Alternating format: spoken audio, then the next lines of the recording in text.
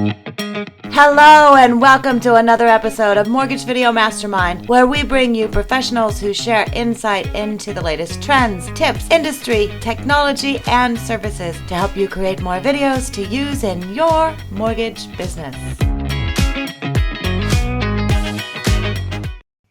Well, hello everyone. Happy Friday and welcome to our Mortgage Video Mastermind live Friday call. Today, I have a very special guest with us. So first, I'd like to welcome Scott Schang, who is always with me here on Friday. So Scott, thanks for being my steady Eddie. I appreciate that. I would not miss this one for the world. I know, right? And I have the pleasure and privilege of introducing a very good friend of mine, Rene Rodriguez. And, you know, Rene, when I think of one word that comes to mind with you, it's influencer. Two different ways, not just the fact that you are an influencer, but that you also invoke in people really that desire to influence. And I know that's a lot of what you talk about. And you've shared the stage with the likes of Tony Robbins and George Bush and Ken Blanchard, and are just a powerhouse. We're so blessed to have you in the industry. So thanks for hopping on. And, you know, a couple of things. We focus a lot on video in here. And so I know having an impact on video is so important. So, you know, and what you're seeing out there and what you're doing, and we're going to talk about some of those things that you're doing in a minute. But how can people have an influence on video? Well, first and foremost, it's an honor to be here. I've been trying to catch up to you, Ginger, since we met, like, I don't know, 15 years ago. Look at all the plaques on the wall. Like, if there's something in the industry, Ginger's done it. And Scott, I'm just hearing so many great things about what you've been doing in the marketplace. So it's an honor to be here. I think, you know, influence on video. I think there's a lot, and I want people to really hear that there's a lot of different ways to think about it. I have one way of thinking about it, and there's others. There's video that people are influencing, holding a camera to themselves and talking. And that's not my kind of influence. I haven't learned that style of sort of very on the spot, hold the camera up, be really transparent in what's happening. I'm learning that style. And that is a very viable style. There's people that are really, really, really good at it to really be authentic and in the moment. And to be quite frank, this next year is one of those pieces I'm going to be trying to adapt. I don't know, maybe it's about my generation or something, but holding a video to myself, I have this little voice that kind of pops up and says, put your phone down, Rene. And so I'm trying to get over that element. But I think... Okay, so I'm going to stop you there because... Please. I think that's something, and it's a discussion we've had so many times. And honestly, the reason that I started this whole group on Facebook is to, first of all, let other people know they're not alone. So for me, this is like a shock to hear Rene Rodriguez says he has challenges in having the ability to just shoot a video. So that's the first thing to acknowledge. So thank you for sharing that, because I think that's the first and foremost is to say, hey, it's not my favorite thing. And I do question, you know, should I be doing this, right? For sure. And I think it's because there's so many different angles. One is for me, physically holding the camera to myself. I have flashbacks of the influencer holding things up and talking, and it's just not my style. But there are people that I love when they hold the camera up and I'm listening to them talk because it's just an authentic conversation. And so it's both. And I think we all got to find our voice with it. And I need to find my voice in that sort of self-administered camera. Now, I'm also sitting in a $30,000 studio that I have as my office that has 3 different video cameras going. Which is sick. I've seen the pictures and I cannot wait to come and see it because it is amazing. But you do this this is what you do for a living. So not just the videos, but the speaking and the training and the coaching and all those things that you do. So it's part of you. People Absolutely. Don't necessarily need that in order to get started, though. They definitely don't. No, I'm trying to create an experience in video. My world was creating experiences internally, or it should be in person. And now I set out to figure out, can you create those same experiences virtually? And we can. You just have to do it differently, and you have to evoke a lot of the different media that's happening, from keeping things dynamic and keeping things novel, creating a little tension, making sure that it's there, having quality audio, video, lighting. All of those things are critical in creating experiences that you can create by holding a phone up to yourself and walking outside, because you got perfect lighting outside, and the microphone on your iPhone or Android is fantastic. So you don't need all of this. But to your point, we do this for a living. You know, Scott looks fantastic. He's got great lighting going on. We have to be able to do that sort of stuff. But I think the other way is video. You do have an opportunity to express an idea and tell a story. This is not new. This has been happening since TV was born. Right. People have been communicating and evoking feelings through a little square box that we're all here. The ability to capture and tell a story and know that there's a sequence to it, a narrative that can guide an audience emotionally through a beginning, a middle, and an end to send a message. It's powerful. Like I always say, Mr. Rogers, one of the greatest influencers of all time. Yeah. And he did it virtually. He did it all virtually. He had us captured because he told stories and he took us through journeys and building characters and all of that sort of stuff. But what's hard and what we set out to figure out, we've done over 320 virtual events since the pandemic. And that's probably numbers up to 340 now. And most of which were free. And people say, wow, how'd you do so many? I said, free. And they go, why would you do that? I go, because I wanted to figure it out. Right. We literally looked at our taxes and our accountant goes, how the hell did you make more money during the pandemic than you did the previous year? And I go, I know. And we didn't work for 6 months because we lost our business completely, zero.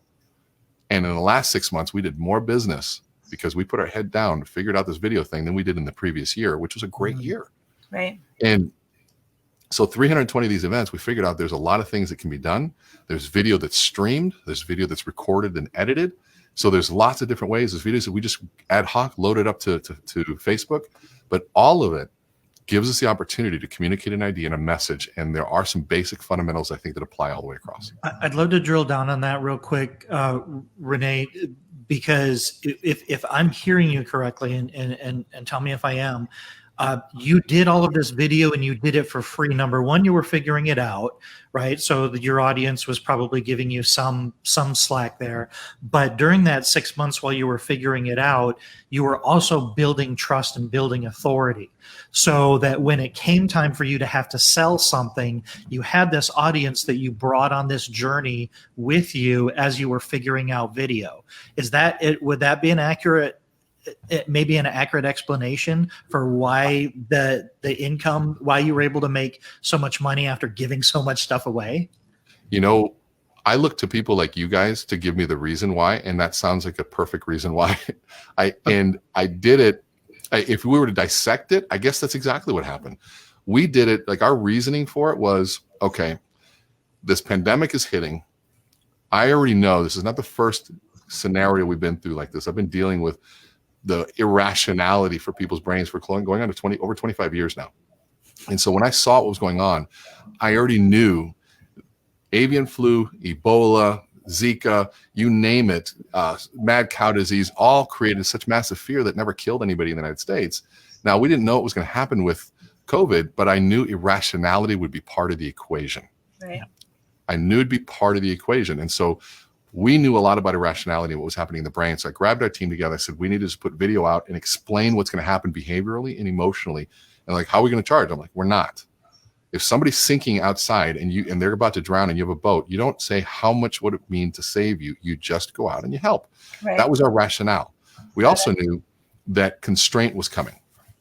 And constraint to us, we've been saying it because I looked at our team. I said, this is the time that we either live what we believe, or we realize that we were a facade. Constraint, we've always believed, led to innovation. Mm-hmm. So we sat around and said, this is going to be the most innovative time of our life. I know it doesn't feel like it, but if constraint leads to innovation, then we need to open ourselves up to it. So we need to dive in, figure this stuff out. Our first video was me sitting in front of my iPad with a really big innovation for me. We had two. I had a remote control to turn the iPad on and off, and I had a ring light. Nice. And I was testing audio. I literally, if I can share my screen, I would play that video for you because I was just going, I'm like, okay, how does this look? And that was less than a year ago. Yeah. And now we're literally sitting in a place where we can do almost anything now, right? And so all of these things, like, just this piece that we want to do, how did you get Zoom or now our StreamYard to be able to do this and be able to communicate messages that create novelty and tension?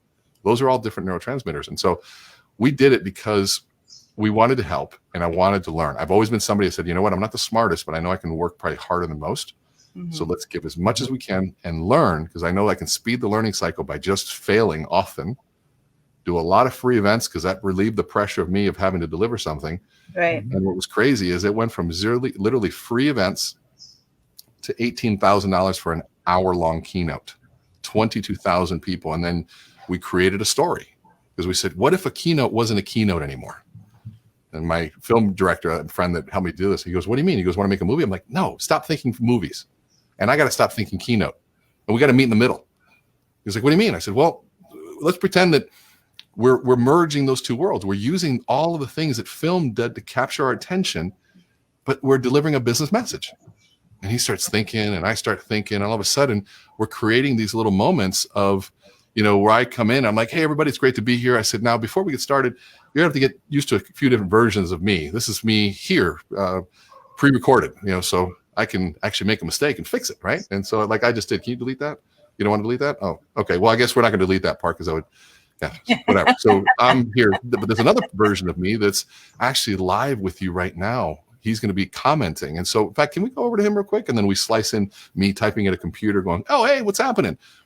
That kind of stuff on a keynote was just unheard of. And it's still, honestly, no one's doing it on a virtual event.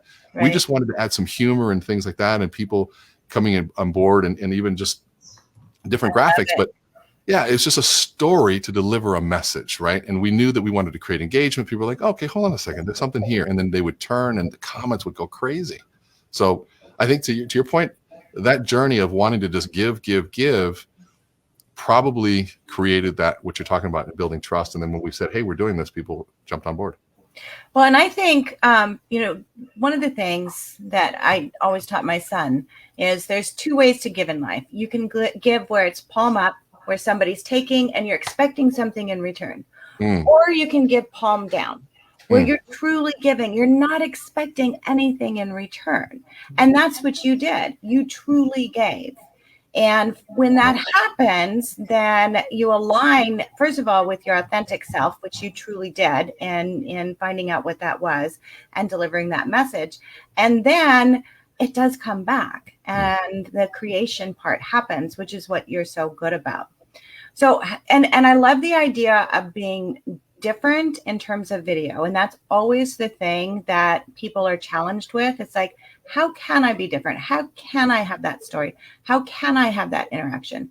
So the way you were doing it, of making it different and changing it up, is so important. So how can a loan originator do something like that?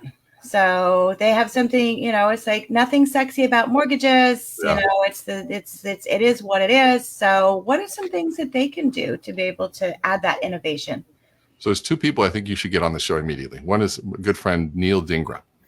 Now, if you don't know Neil he literally went from $280,000 a couple years ago to 2.8 million using video and social media. Cool. He is incredibly talented. He's not this uber charismatic person, but he's super trustworthy. Right. And when I say he's not charismatic, he's not, rah. He's just calm. He's like, hey, so I just learned this. He's talking to you the whole time. He's doing an event in Vegas come at the end of this month on the 23rd called Forward. It's him, Tom Ferry, Brad Lee, and it's a few other huge influencers. Oh, Billy Jean. I mean, this is a loan officer that pulled these guys together to do his own event using video and social media. And It's all different. He's in touch with the mainstream sort of fad, the fads that are happening, and he does it with a business mortgage twist. But he's also delivering constant communication, and he's posting 3 or 4 times a day. But it's killing it, and it's fantastic. He's just one of the people that when he first started, we would just talk, and I just love what he's doing. Another one is Justin Brown. Justin Brown is really taken into the TikTok video, and he's really learning just how to leverage that platform, which I thought was worthless for what I do, leveraging that platform to really deliver messages in small sound bites. And his video game is just going up. And so I think that for me to have been able to do what I did, I had to, and I want them to learn this. This will not, if you're starting this, it won't replace selling. Okay. I had the blessing of being able to take 6 months of doing it for free because I sold my ass off the previous 20 years. Right. Okay. So selling, if you are making a shift, don't just start and put a video up and hope that the world changes. You got to be willing to put years into this, like anything. Are you willing to grind out and learn the process? and really fail as much as possible. But you got to find a passion to it, because you got to love the failure. You got to love the process of putting a video up and going, oh God, that sucked. I got so many videos of me going, okay, can you hear me now? Like, okay, what about over here? Okay, is a microphone going here? I'm like, okay, can you see? Why is it doing this? I mean, literally hundreds of those videos of trying to figure it out late at night, early in the morning. You got to be able to love the process, but get in the game, because we are headed that way. Well, I think another important piece of this and is that during that process, you find your voice, you find your authenticity, because you're reflecting on your own message and you're like, did I deliver that right? Did that sound great? Because all of these people that you mentioned, not once did you say, you'll love this guy because they're exactly like this other person. They never are. They're always completely different from anything else that's out there, because they're their genuine selves. And that was one of the things that I've been saying for years about content marketing, is when you're producing content and you're putting yourself out there, there is no competition, because there is only one you. So if you can be your genuine self, you eliminate the competition, and then it just comes down to exposure. How many people are going to see you? And nobody's going to see you more than if you're doing video right now. And in just today's consumer environment, we watch a lot of video. That was a great insight, that you're, by doing video, I'm repeating this because I'm learning here. By doing your own video, you're forcing yourself to watch the reel of how you communicate, listening to your message, going, I don't like that, and constantly rehashing it. Do you use OBS, by the way? I do not. You don't? Okay. No. Do you? I do. I'm just saying you've got a slight lag, so it looks like you have a little OBS lag going on. Oh. Voice audio syncing, that's it. That is way more than what our technology has with yours. No, yeah, OBS is free. I mean, but looks good. So yeah, I love that, because you're constantly having to listen and refine and figure out what your voice is. And I mean, there's so many things that I said, I'm like, oh my God, what was I saying? And then you realize that we're always our own worst critics. So I want to talk about that, because I honestly, and Scott, you and I have had this discussion so many times. What keeps people from doing video? First and foremost, I always say, I don't like how I look on video. I don't like how I sound on video. And that is always, I think, the first excuse. But, anytime it's like going into objections, the first objection is not the real objection, right? You got to dig deeper. I think the real objection is that fear of not saying the right thing and watching it and watching you say it. So if you think about, if you had to watch every single conversation that you had throughout the day and edit every single conversation that you have throughout the day, what would you think of yourself? And so video, it takes who you are, and now you're seeing that reflection, but that's what everybody else sees. So, yes, I think when we first get started, and I honestly, when I first started doing video, it was in 2008 with continuing education and Mortgage Meltdown, and nobody was doing anything live. So we had to do video. And I would shoot video. I would send it to my editor, and I said, edit it. I don't want to see it. If there's a mistake that I need to re-record, let me know what it is, and I will redo it. I didn't want to watch it because I didn't like it. But I've gotten over it over time, and I'm still critical that way. You work so much in the neuroscience and behaviors in the brain. What can someone do? What should we do to be able to say, you're okay, keep doing it, and don't look at it so much. Don't have that, negative mindset where it's like, I don't like that. I sound this way, whatever. How can we overcome that? Yeah. How do we remove the anchor of second guessing? Yeah. Well, I was an athlete, so I played basketball. And when I first started, I sucked. I couldn't do layups. I couldn't figure out left hand from right hand. I would like to play the piano. And I jump on the piano. I watch my son play, and I try to figure it out, and I suck. And I try to do anything new. I'm not good at it. I think stop expecting to be good right away. Like, just stop. Like where the hell did that come from? Yeah. Like I try, that sucks. I didn't do that. Like, no, yes, of course. That's part of a learning curve. Right. You're going to not do well. And guess what? How long do you want to do well? It depends on how many times you're going to fail. And that sounds so cliche that you're not even going to listen to what I just said. It's cliche because it's true. We say it over and over and over again. Anything. If I were you, say, Rene, dissect this credit report, I'd be like, oh God, no. And Rene, process this loan. I'm going to suck at processing a loan. I'm just not going to be good at it. Rene, do a video animation. I don't know how to do video animation. I can kind of work, what's it, Final Cut Pro. Pretty good. Do an animation, everything else. No, I'm going to suck because I don't know yet. So as you begin to speak, I'm at the point, because I'm 27 years doing this, I hit a button, I record one video, one take, and it's over. That's 27 years of failing. My kids in here are watching. They go, I remember, Dad, when you used to, because they watch all the failures. Right. So stop expecting to be good and just start messing it up, start getting it out there, go.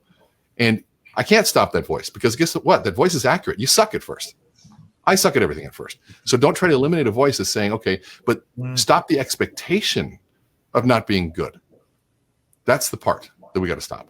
Well, and I think that's, Scott and I have had conversations, and, I think over time, we're working on some things, we'll involve you in it, but kind of getting into being able to create a safe environment where people can come, do some of that recording, get some of the coaching, things like that, because that helps to move on. I used to be, years before I got in the mortgage industry, I was a corporate trainer with Dale Carnegie Training. And that was one of the things that we did to get people over their fear of public speaking, is put them in a safe environment and allow them to make those mistakes, but to do it in a way that's comfortable. One of the things, and I think back to what we did with the beginning part, the very first session of Dale Carnegie, you told a story about yourself. So when you got up to speak, it was something you were comfortable with. You knew it. You had it from the heart. So I think that's the most important thing when you're starting with video. Talk about something you're comfortable about. And stories are one of the easiest ways to be able to do that. So if you have a borrower that you've helped get into a VA loan, cancel their mortgage insurance. I just had somebody today post, I'm looking for ideas for content. And it's like, how do you cancel mortgage insurance? Relate to the story, and it'll make it easier to tell. And it won't seem like you're messing up because you're telling a story. I agree. And the thing that you're saying from a neuropsychology perspective, if you will, psychological safety is what will allow the creativity to happen. But that psychological safety begins with the inner dialogue that you have with yourself and how you explain things, which is why you got to talk mindset first, because you're going to create that safety or uncreate it. Now, we can have a bunch of people that are being supportive, which is critical. But if I don't have that, I got to create the safety for myself, which designing what the expectations are. If I know I'm going to fall, and make failing safe. Like some of the best ski instructors go, okay, I'm going to teach you these 5 things. Okay, stop, go fall 10 times and then come back. Well, I don't want to fall 10 times. I don't care what I teach you. I can't avoid those first 10 falls. So go fall 10, and then you're going to have new questions and a new understanding and more context, so you understand about the next 5 lessons. You got to be able to go fall. And all of this, the creating safety, and Ginger, you nailed it. When we do Amplify, the first day is just an exploration of origin story. We ask you 3 questions. Who are you? What do you do? What makes you unique? And we watch people stumble over those questions and answer them from a robotic standpoint. But I tell them, I was like, if you're at happy hour, would you think this hard about what you're saying with your friends? You would just talk. Right. And you would share memories. And the best thing about memory, they go and they go, well, I got my stories right here. I go, are these memories? They go, then why do you need the notes? Memories are memorized. Just hit play. And then meet the story at the end and say, the reason I share this with you is, and there's a full sequence. Well, and they have a formula for it too. And I think that's another thing where people struggle, is coming up with a formula. So if you have a formula of what you're going to do in the beginning, write that down. And then know where you're going next in the story. It's like you don't go on vacation and not know where your destination is, although I've always wanted to do that. But, you have an idea, you know where you're going, you know how you're going to get there. It doesn't mean you know every single step along the way, but you have a general idea. And as long as you have a general idea, then that can help to get you started. So you talked about Amplify, and we're coming up close to our time. We try to keep these at 30 minutes. We started out with 15. That was not enough. 10 to 30, and I think we're like up to 40 now. But before we do, I want you to talk about Amplify and tell me, what is Amplify? So Amplify is a 3-day 2.5, 3-day intensive boot camp experience for 10 people at a time, where they come to learn the science of influence and then apply it. So it's an applied 3 days. When I talk about intense, you are in front of the room, you are the one delivering, and usually I'm a couple feet away from you, helping you dissect first body language, because that's the first thing we communicate. I come on board, I haven't said anything, and I'm like, here, I'm going,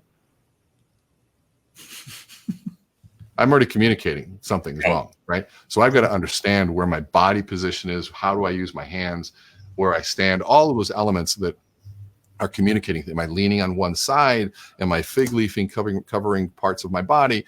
All of those things are communicating messages, right? And so we fix that first. And then we go, okay, well, what do I say? Don't worry about what to say. Let's worry about the source of what you're going to say first. And the source typically is something up here.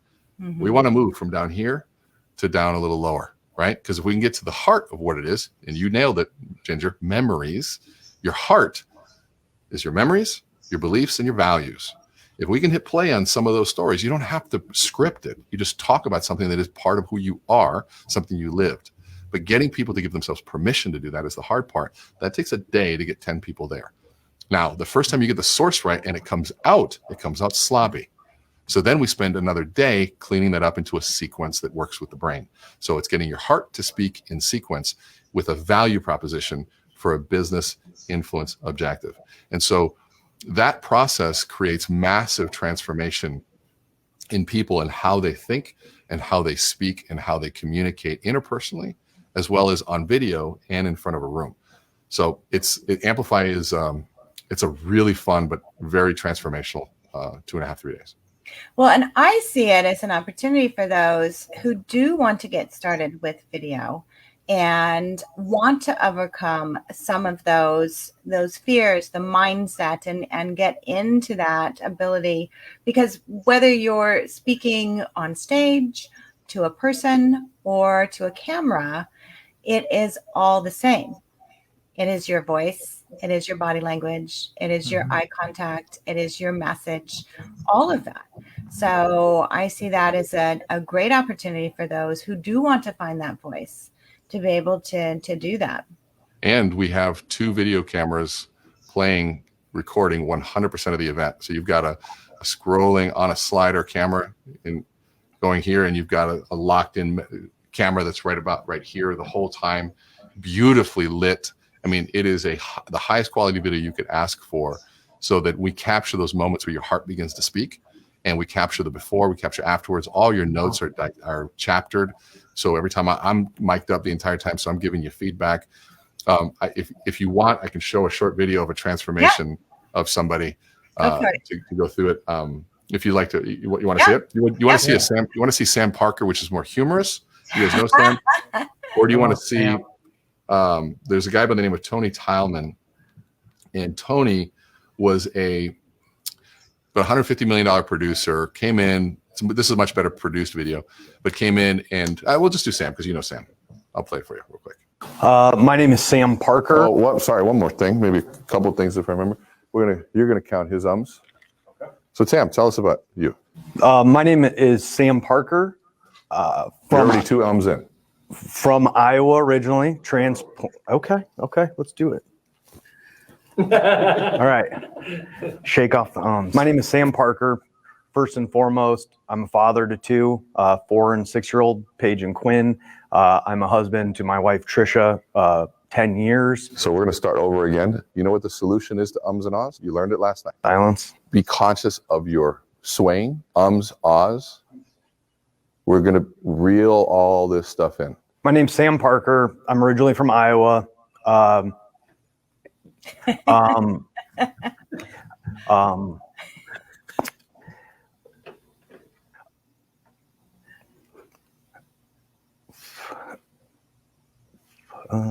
Stressful, isn't it? Yeah. I'm going to count his ums, ahs, likes, and okays. Always do the right thing, no matter the reward or the consequence. I found myself in 2014 at a company. So you're going to start over because you've clapped 3 times. Well, you got rid of my ums. I got to move on to something else.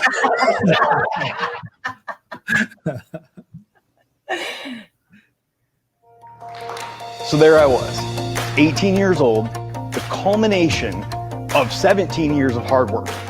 I was on the wrestling mat in the semifinals of the Iowa State Championships. I don't need to tell you how it went or how I lost, other than the fact that I lost that match. And it was devastating. And I got a letter that said, Iowa is no longer an option for you. Go off and do something else, come back when you're ready. I think that as we all become successful, sometimes we forget about the times when we felt like losers. But I'll tell you one thing that makes you feel like a loser is when you go to apply for a home loan for your family and your mortgage lender tells you no, and go do something else and come back when you're ready. I am 17 years into my career with credit repair, just like I was 17 years in with wrestling. And I'm going to constantly improve because I know that when I let up, that's when you fail. And I'm not a failure. My name's Sam Parker, and I would love to do business with you. Amazing. Wow. Kind of fun. So So that, So, Yeah, and the transformation, and that was 3 days? that was 2. Well, it was a dinner plus 2 full days. Yeah. So 2 full days. So to go from that, and Sam does a lot of videos. Sam does a lot of speaking. And to be This able was 3 years ago before he was doing the quality he's doing I now. was going to say he does a lot now. But to see that is so amazing. And that's what can happen for people by having some of that coaching. That is so important. So whether you're doing the speaking events, whether you want to start doing videos, webinars, whatever that is, you are a professional. And so part of honing that craft is to be able to learn and to spend that time. And I know you have an event that's coming up in August 19th. It is a one-day event, though. It's not a 2-day event. Yep. So tell me about the event, because Scott and I are planning. That would be so fun to have you guys there. That would be great. I have always dreamed of having my own event. I've sat on the docket, begging to speak at other people's events, waiting and taking the lunches and waiting and being told I was going to speak and then being pulled off and saying, oh, sorry, we went another route. And then finally getting to the place where I'm speaking all the time. But I was like, I said, God, if I could just have my own event. So finally, this is the first time we're doing it. We pulled the trigger. We got a 1-day full event. It's actually a pre-event to the Originator Connect conference that's happening the following 2 days. So our event is a 1-day. We're limiting it to 500 people. A lot of the people that are coming are alumni. And if you've ever seen the alumni who've been through Amplify, it's kind of a who's who in the mortgage industry of production. These guys and gals are ridiculous. Some of them worth, literally responsible for billions of dollars in production, 100 million, 500 million, 200 million. It's ridiculous, the people that are going to be in the room.